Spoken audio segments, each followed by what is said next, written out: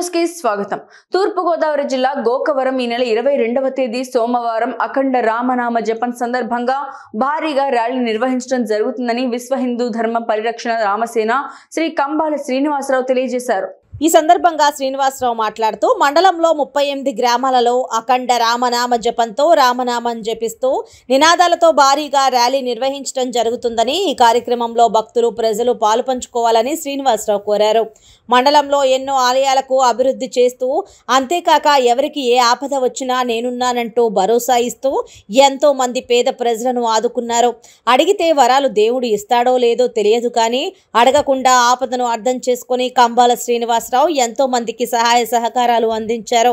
ఆలయాల అభివృద్ధికి కృషి చేస్తూ హిందూ ధర్మ పరిరక్షణకు అభివృద్ధి చేయాలనే మంచి ఆశయంతో ఎన్నో కార్యక్రమాలను తలపెట్టడం జరుగుతుందని కంబాల శ్రీనివాసరావు తెలిపారు.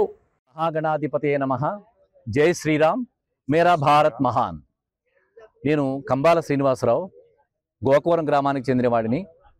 ఇది ఆంధ్రప్రదేశ్లోని తూర్పుగోదావరి జిల్లాలో రాజమండ్రికి 30 కిలోమీటర్లు ఉన్న గోకవరం గ్రామంలో ఈ కార్యక్రమం జరుగుతుంది. నేను హైదరాబాద్లో స్థిరపడిన తర్వాత తిరిగి మళ్ళా నా గ్రామానికి ఏదైనా చేయాలనే ఉద్దేశంతో ఇక్కడ గోకవరం గ్రామం చుట్టుపక్కల 35 గ్రామాలు 40 గ్రామాల దాకా వివిధమైన కార్యక్రమాలు, అంటే దైవానికి సంబంధించిన కార్యక్రమాలు, అంటే నూతన ఆలయాలు నిర్మించడం కానీ దానికి సహాయ సహకారాలు అందించడం. రెండోది జీర్ణమైపోయిన ఆలయాల్లో దాని పునరుద్ధరణ కార్యక్రమం. ఇంకా ఏంటంటే ప్రతినిత్యము కూడా ఆలయాల్లో ధూపదీప నైవేద్యాలు జరిగేలాంటి కార్యక్రమంతో నేను కార్యక్రమాలు చేస్తున్నాను. దీనిలో ఏమైందంటే ఈ మధ్యకాలంలో మనందరికీ హిందువులందరికీ పెద్ద పండుగగా ఉండే ఈ రామ జన్మభూమి కార్యక్రమం, ఈ విషయంలో మనం కంపల్సరీగా తలుచుకోవాల్సిన వ్యక్తులు ఎవరంటే నరేంద్ర మోడీ గారు, ప్రధాని నరేంద్ర మోడీ గారు, అమిత్ షా గారు, అలాగే ఆదిత్య యోగినాథ్ గారిని ప్రత్యేకంగా తలుచుకుంటూ, ఇంకా ప్రత్యేకంగా శ్రీరామ భద్రాచార్యుడని ఒక యోగి, ఆయన సాక్ష్యం ద్వారానే మనకు రామ జన్మభూమి దొరికింది. వాళ్ళని కూడా మనం మనసులో తలుచుకో. ఎందుకంటే 500 సంవత్సరాల నుంచి పోరాటం చేస్తూ 5 లక్షల మంది దాకా జనాలు చనిపోయి మనం ఈ రోజున రామ జన్మభూమిని సంపాదించుకుని అక్కడ రామాలయం కట్టుకున్నాం.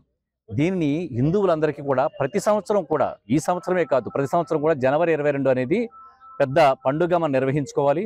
దాన్ని ప్రాతిపదికగా తీసుకుని ఈ సంవత్సరం ఇప్పుడు రామ జన్మభూమి రామాలయం ప్రాణప్రతిష్ఠ జరుగుతుంది కాబట్టి దాన్ని పురస్కరించుకుని దానికి ప్రాతిపదికగా గోకవరం నుంచి కూడా పెద్ద కార్యక్రమం చేయాలనే తలంపుతోటి జనవరి 22 2024 సంవత్సరం సోమవారం నాడు నేను కూడా గోకవరంలో పెద్ద కార్యక్రమం తలపెట్టాను.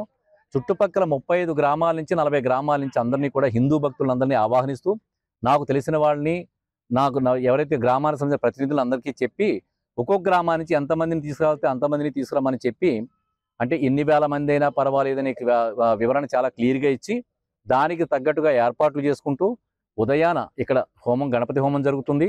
9 గంటలకి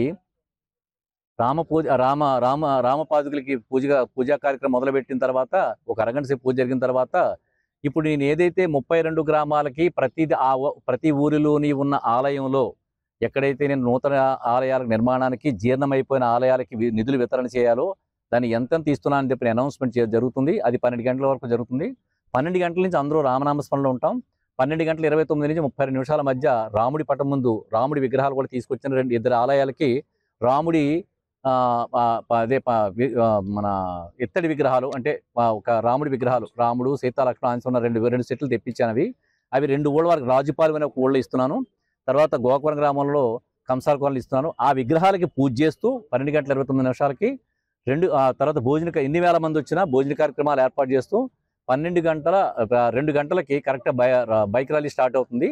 అది పోలీస్ వారికి, అంటే గవర్నమెంట్ వారి పోలీస్ వారికి ఇచ్చిన రోడ్ మ్యాప్ ప్రకారం మేము మండలం అంతా కూడా తిరిగి సాయంత్రానికి ఇదే లేఅవుట్లోకి మేము చేరుకున్నాం. ఇది నా లేఅవుట్, ఈ లేఅవుట్ చేరుకున్నాం. ఇది మన ప్రోగ్రామ్ మొత్తం అంట. సో ఇదేంటే అందరు హిందూ బంధువులందరూ ఆహ్వానిస్తూ మీకు అందరికీ కూడా ఆహ్వానం తెలుపుకుంటూ ఈ కార్యక్రమాన్ని జయప్రదం చేయమని కోరుకుంటూ మీకు అందరికీ ధన్యవాదాలు తెలుపుకున్నాను. జై శ్రీరామ్, జై శ్రీరామ్, జై శ్రీరామ్.